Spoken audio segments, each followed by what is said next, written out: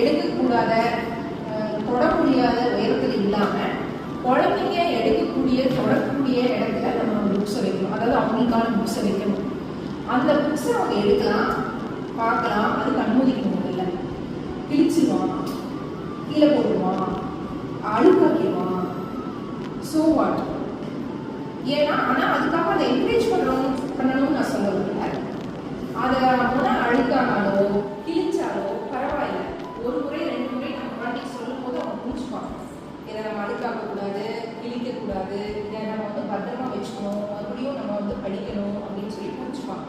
ஆனால் நம்ம அதை தொடவே முடியாத ஒரு செல்ஃபில் உயரத்தில் வச்சுட்டு அதை நீங்கள் படிக்கணும், எடுக்கணும், எப்பாவது ஒரு நாளைக்கு அதை எடுக்கிற தூசு தட்டி அப்படி இல்லாமல் எல்லா இடத்துலையும் அவங்க பார்க்குற இடத்துல 2 புக்கு வச்சு அந்த புக்கு ஒரு டாய் மாதிரி யூஸ் பண்ணணும்னு சொல்லுங்கள்.